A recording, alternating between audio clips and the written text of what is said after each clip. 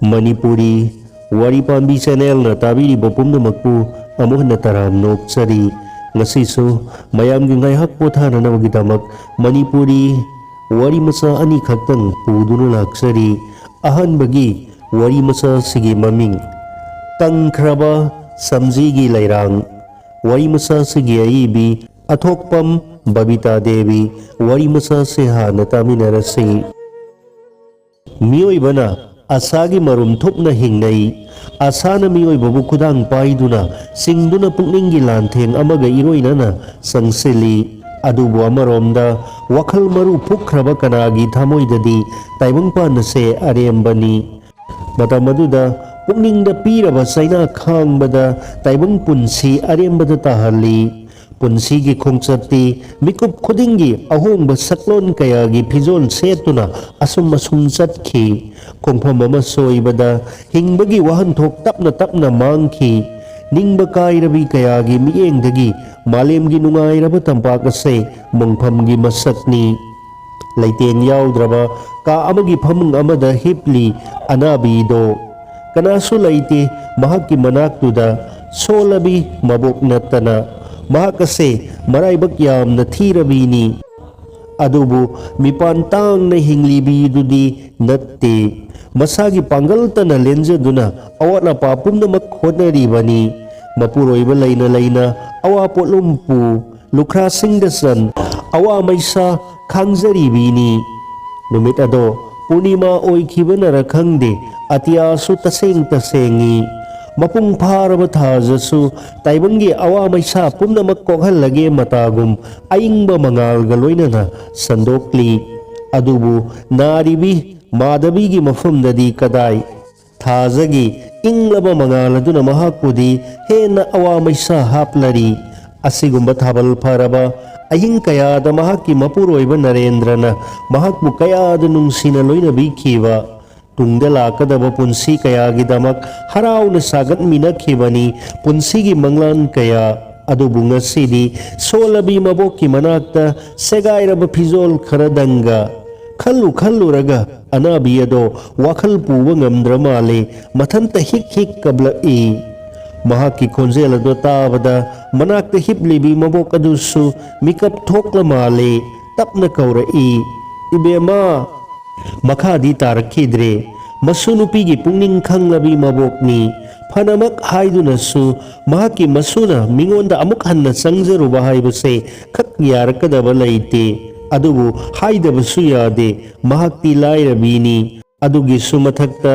mapambom pangal su solabi mahakna masugi punsigi damak kanada kaidoruba ngamgani khanba makai khalluraga tapna hairai Narendra dubu kahullu sirau Dr. Amataga tanadragadi makata bangam khidre Madhabi sukhangi mahaki anabase nongmagi asum henjilakli haiba adubu karamna su hairugani asukoiba matamase nongmatasu kari leiri hangadraga thamoi nungda matomta warauzai hairaroi sukhai hairaroi manadi ngamlaga ainadi karigi ngamloi khallu raga mapukning hena nungsidai puba ngamlakte khangba ngamlaktra male amuk hanna pallaga nung matagum ningamdana solai ibo mabok tusu tumina laikre adubu wakhalgi pothabadudi laikhide Madhabi su adumangai haukiba punsibu ningsingluraga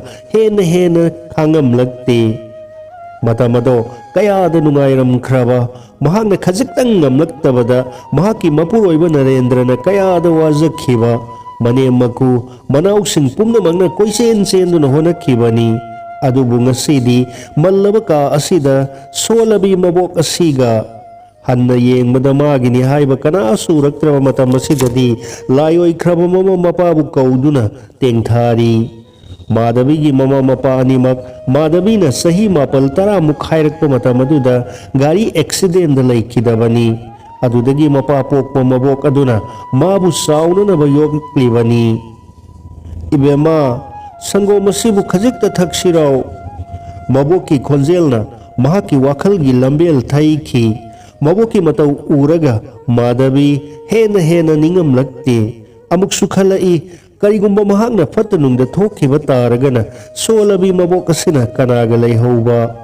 ꯃꯁꯨ ꯑꯩꯒꯤꯗꯃꯛ ꯍꯣꯠꯅꯕꯗ ꯑꯍꯤꯡ ꯃꯤꯡꯁꯦꯜ ꯈꯥꯡꯂꯕꯤ ꯃꯕꯣꯛꯀꯤ ꯃꯇꯧ ꯎꯔꯒ ꯃꯥꯙꯕꯤ ꯐꯃꯨꯡꯗ ꯂꯩꯕ ꯉꯝꯂꯛꯇꯦ꯫ ꯏꯕꯦꯝꯃ, ꯁꯪꯒꯣꯝ ꯑꯁꯤꯕꯨ ꯈꯖꯤꯛꯇ ꯊꯛꯁꯤꯗꯅ꯫ ꯏꯕꯣꯛ, ꯑꯩ ꯊꯛꯅꯤꯡꯗꯦꯗ, ꯏꯕꯣꯛꯁꯨ ꯇꯨꯝꯂꯨꯔꯣ, ꯑꯩ ꯀꯔꯤꯁꯨ ꯇꯧꯗ꯭ꯔꯦ꯫ ꯃꯕꯣꯛꯀꯤ ꯃꯇꯧ ꯌꯦꯡꯕ ꯉꯝꯗ꯭ꯔꯗꯨꯅ ꯍꯥꯏꯔꯛꯈꯤꯕꯅꯤ꯫ ꯃꯕꯣꯛꯇꯨꯁꯨ ꯇꯨꯃꯤꯟꯅ ꯂꯩꯈ꯭ꯔꯦ, ꯑꯗꯨꯕꯨ ꯃꯥꯙꯕꯤꯗꯤ ꯋꯥꯈꯜꯒꯤ ꯃꯪꯂꯥꯟꯗ ꯇꯥꯎꯊꯔꯤ꯫ ꯏꯃꯨꯡ ꯑꯃ ꯀꯌꯥꯗ ꯅꯨꯡꯉꯥꯏꯔꯝꯈ꯭ꯔꯕ ꯂꯩꯀꯥꯏꯒꯤ ꯃꯤꯄꯨꯝ ꯈꯨꯗꯤꯡꯃꯛꯀꯤ ꯁꯣꯟꯅꯐꯝ ꯑꯣꯏꯔꯝꯕꯅꯤ꯫ ꯃꯥꯙꯕꯤꯒꯤ ꯃꯄꯨꯔꯣꯏꯕ ꯅꯔꯦꯟꯗ꯭ꯔ ꯑꯆꯧꯕ ꯏꯟꯖꯤꯅꯤꯌꯥꯔꯅꯤ, ꯑꯗꯨꯕꯨ ꯃꯇꯝ ꯑꯁꯤꯒꯤ ꯏꯟꯖꯤꯅꯤꯌꯥꯔ ꯑꯇꯩꯒꯨꯝꯅ ꯊꯣꯏꯗꯣꯛꯅ ꯑꯆꯥꯎꯔꯝ ꯄꯥꯝꯕꯒꯤ ꯋꯥꯈꯜ ꯃꯍꯥꯛꯀꯤꯗꯤ ꯂꯩꯇꯦ꯫ ꯃꯤꯄꯨꯝ ꯈꯨꯗꯤꯡꯃꯛꯄꯨ ꯆꯞ ꯃꯥꯟꯅꯕ ꯃꯤꯠꯌꯦꯡꯅ ꯌꯦꯡꯉꯤ꯫ ꯑꯆꯧ ꯄꯤꯁꯛ, ꯂꯥꯏꯔ ꯏꯅꯥꯈꯨꯟꯕ ꯃꯉꯣꯟꯗꯗꯤ ꯆꯞ ꯃꯥꯟꯅꯅ ꯂꯧꯏ꯫ ꯏꯃꯨꯡ ꯑꯗꯨꯒꯤ ꯃꯤꯄꯨꯝ ꯈꯨꯗꯤꯡꯃꯛꯅꯁꯨ ꯃꯥꯙꯕꯤꯕꯨ ꯀꯌꯥꯗ ꯅꯨꯡꯁꯤꯅ ꯂꯣꯏꯅꯕꯤꯈꯤꯕ,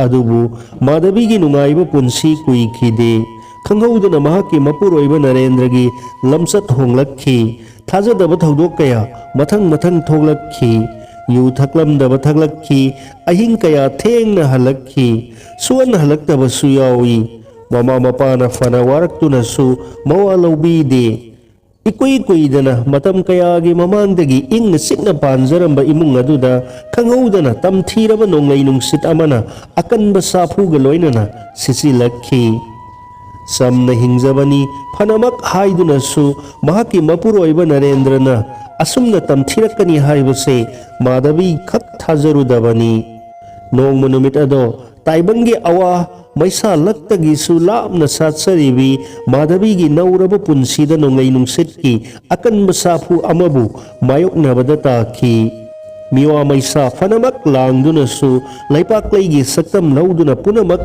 ꯑꯈꯥꯡ ꯀꯟꯕꯤ ꯑꯣꯏꯅ ꯈꯥꯡꯂꯛꯈꯤꯕꯅꯤ꯫ ꯑꯗꯨꯕꯨ ꯅꯣꯡꯃ ꯇꯝꯊꯤꯕ ꯅꯨꯃꯤꯠ ꯑꯃꯗ ꯃꯍꯥꯛꯀꯤ ꯃꯄꯨꯔꯣꯏꯕ ꯅꯔꯦꯟꯗ꯭ꯔꯅ ꯗ꯭ꯔꯃꯥ ꯌꯥꯎꯕꯤ ꯃꯧ ꯑꯃꯕꯨ ꯑꯇꯣꯝꯕꯤ ꯑꯣꯏꯅ ꯄꯨꯁꯤꯜꯂꯛꯈꯤꯕ ꯑꯗꯨꯗꯒꯤ ꯃꯥꯙꯕꯤꯒꯤ ꯅꯧꯔꯕ ꯂꯩꯅꯥꯗ ꯑꯀꯟꯕ ꯆꯩꯅꯥ ꯀꯌꯥꯅ ꯍꯟꯖꯤꯟ ꯍꯟꯖꯤꯟ ꯌꯩꯔꯛꯈꯤ꯫ ꯑꯈꯥꯡ ꯀꯟꯕꯤꯅꯤ ꯍꯥꯏꯗꯨꯅ ꯈꯨꯗꯤꯡꯃꯛ ꯈꯪꯂꯛꯈꯤꯕꯅꯤ, ꯑꯗꯨꯕꯨ ꯑꯇꯣꯝꯕꯤꯒꯤ ꯆꯤꯔꯣꯜꯗ ꯉꯥꯎꯔꯕ ꯅꯔꯦꯟꯗ꯭ꯔꯅ ꯅꯣꯡꯃ ꯅꯣꯡꯃꯒꯤ ꯃꯥꯙꯕꯤꯕꯨ ꯊꯧꯁꯥꯕꯤꯗꯕ ꯑꯁꯨꯝ ꯍꯦꯟꯖꯤꯜꯂꯛꯏ꯫ ꯑꯣꯏꯗꯕ ꯀꯌꯥ ꯍꯥꯏꯖꯤꯟꯗꯨꯅ ꯌꯨꯝ ꯑꯗꯨꯗꯒꯤ ꯄꯨꯟꯁꯤꯒꯤ ꯑꯣꯏꯅ ꯇꯥꯟꯊꯣꯛꯄꯤꯔꯛꯈꯤ꯫ ꯂꯥꯟꯖꯗꯕꯅꯤ, ꯅꯣꯡꯃꯗꯤ ꯃꯄꯨꯔꯣꯏꯕ ꯅꯔꯦꯟꯗ꯭ꯔꯅ ꯅꯤꯡꯁꯤꯡꯕꯤꯔꯛꯈꯤꯒꯅꯤ ꯍꯥꯏꯕꯒꯤ ꯑꯥꯁꯥꯗ ꯉꯁꯤꯁꯨ ꯍꯤꯡꯖꯔꯤ, ꯑꯗꯨꯕꯨ ꯀꯩꯗꯧꯉꯩꯅꯣ ꯂꯥꯛꯀꯗꯕ ꯈꯨꯏꯊꯔꯕꯤ ꯂꯩꯔꯥꯡꯒꯤ ꯀꯪꯂꯕ ꯂꯩꯅꯥꯕꯨ ꯌꯦꯅꯤꯡ ꯆꯣꯡꯍꯟꯒꯗꯕ ꯕꯁꯟꯇꯒꯤ ꯃꯥꯂꯪꯕ ꯉꯁꯥꯏ ꯃꯈꯩ ꯅꯣꯡꯃꯗꯣꯜ ꯊꯛꯇ ꯏꯔꯪ ꯂꯪꯅ ꯊꯣꯛꯂꯝꯕ ꯊꯥꯖꯗꯨꯁꯨ ꯃꯥꯙꯕꯤꯒꯤ ꯑꯋꯥꯕꯗꯣ ꯌꯦꯡꯕ ꯉꯝꯂꯛꯇ꯭ꯔꯕ ꯃꯥꯜꯂꯤ꯫ ꯇꯞꯅ ꯇꯞꯅ ꯑꯃꯨꯛ ꯑꯃꯨꯕ ꯂꯩꯆꯤꯜ ꯃꯄꯩ ꯑꯃꯒꯤ ꯃꯔꯨꯝꯗ ꯂꯣꯠꯀꯗꯕꯒꯤ ꯍꯣꯠꯅꯔꯤ꯫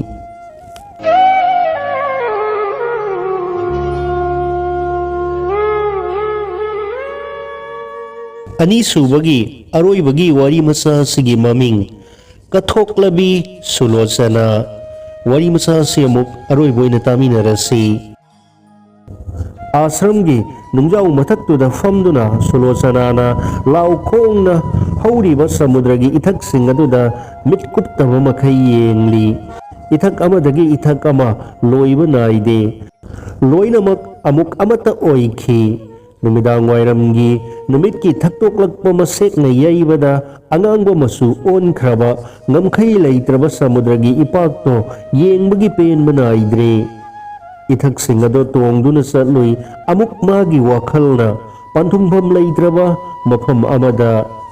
कल्लबा इथक इरई मरक्ता ngасai अयुक्तगी चटखिबा nga फाबसिंगी ही मयामसिंग अदो लमजेन तानादुना हलकनारी।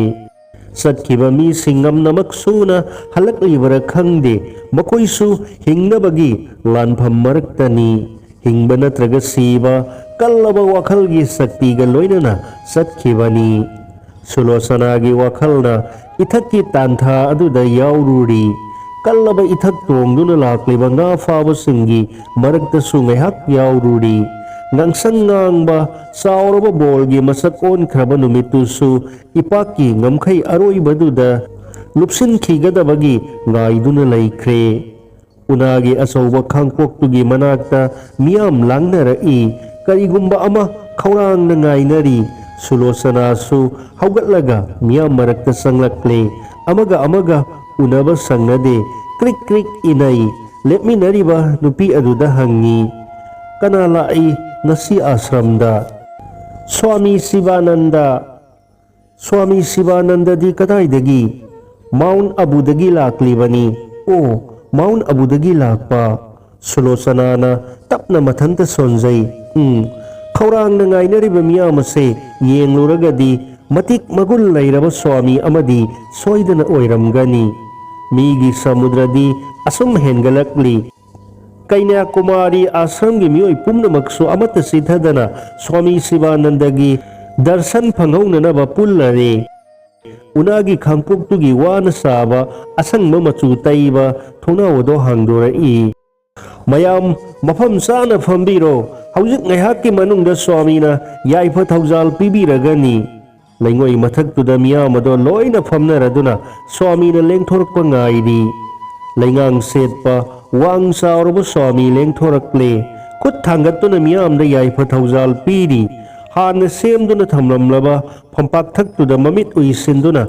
ngaihak phammi langlamba miyamado lepkhiduna pumchik sikkhre koirauna bamitto tapna pangthoktuna miyamda thungna laiduna yenglakhi kayada ingkhraba sakphamno asauba laitraba papsendraba thaujal haiba amagi sakphamni Sulosanaga mitsanakhi sakhangnakhibagum tawi makhoi ani ukhraba male karigumba matam amada Swami su mangonda mikup khara thamki mitpham mado angauba sari setuna phamlibi Sulosanada yengduna ngaksanabagum su tawki khamba ngamhaudana Sulosanana karigumba khara haiki adubu samudragi irau kholna namhatkhi magi piklaba khonjelado masamaksu khangaude mana haikibado karino haiba microphone mamangda khongrai sanduna ngangthorak pasing lemlaba khonjelna miyamgi pungning singsinki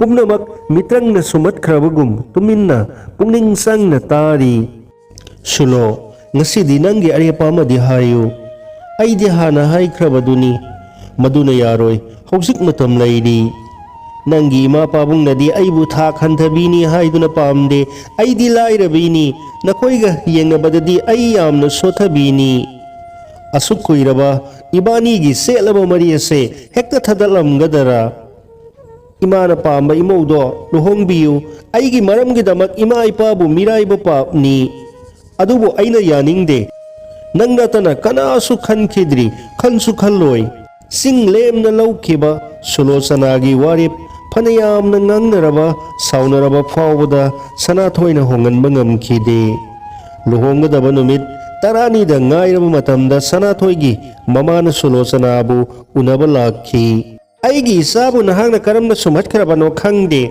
luhongba taranida ngairaba fawba ayaba pidri ibema isase amakta thadokpiyu pitat patat pi amana aigi imau oiba matik sade haibase nahaksu khangliba natro Nangi naramgi damak isagi luhongbase kaigadawri kumpham khangdana laiki Sulosanadi anam kanduna isagi punsi manganganuko Sanathoigi mamana satkraba matung phanayamna kuina Sulosanadi phamliba sokri aduda adum asaba murtigum phamki Sanathoibu mana thadokpa ngamgadara maisak phangaba magi thamoido puduna lapna satlagadara Akiba supokhi asauba khenaba samas ke miyeng amasung mino phumduna thamlamba thamoigi wafam singdi loinamak haidukningki Sanathoigi wafamda karigino mana Sanathoiga asuke matik naksinakhiba haujikna karigi amuk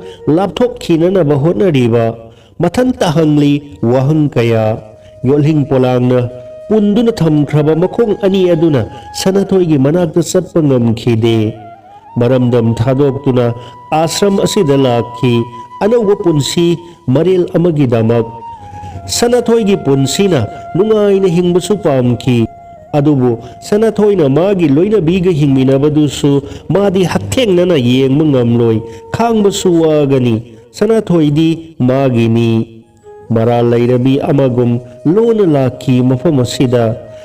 Sanathoi nungai yaifaba anauba punsi mana ayatpa oibadudi pamkhide. Mana mafam marang khangdana tumina mangkhibada kairoi laikaina oktabigum ngangnakhi. Lamsat naidabi Sulosanado magi aron manipana puduna desta senkre.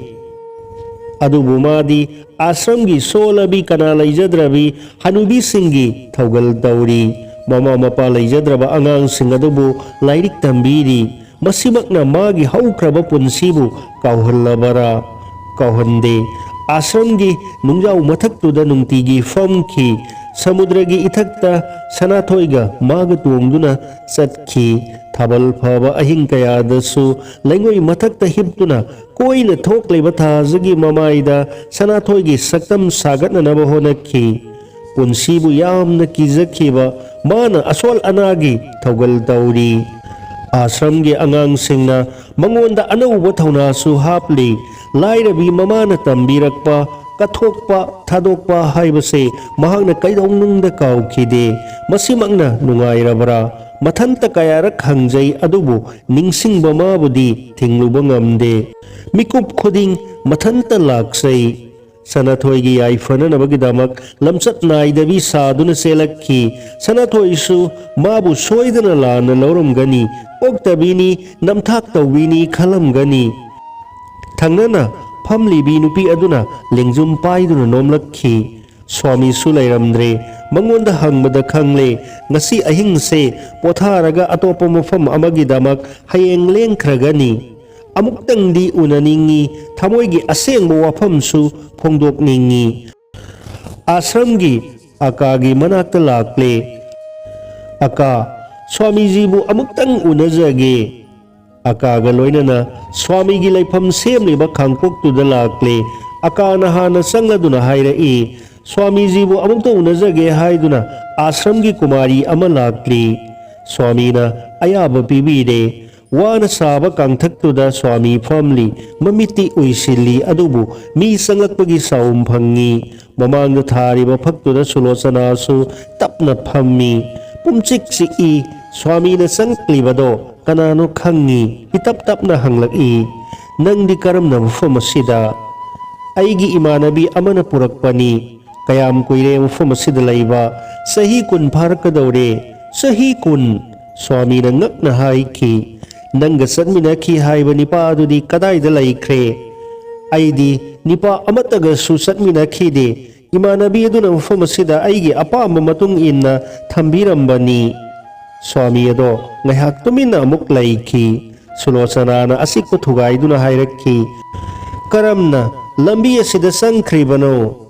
Nangna satkraba matungda aina koiti thiki. Miyamna hainakhi. Nangdi Bangladesh ki Muslim amada mayum pankre. Aidi kanagumba atopa amataga satminakhi de. Swami ado tumina amuk laikre. Sulosanana makatarai. Yumda loinabi angangsing pumnamak thadok piramlabra. Aidi yum pande. Nangna satkraba matungda aisu Mount Abuda satuna lambi asida sanglakhi. Masina punsida asuki matik aingba pikre. Tumin laikre. Sulosanasu mangphaw na bagum phamli. Adubu sangsin bangamdana khariba sekpaladudi mana lanbada wargani. Sangsargi maya thadokraba Swamigi maithong ado makalami amakpa yaude. Aka sanglaktuna hairei. Swamiji asramgi angangsingna amukta unajabagi ayaba pibiyu. Makok nomduna Swamina ayaba piki. Sulosanasu tamna hogalaga Swamibu khurami. Mangoloyu isora nangi thamoy adubusu ayingba pibisanu. Wari masasigi aibi Ningthau Khongjam Ranjana pumnamakpu aroiboina thagatsari.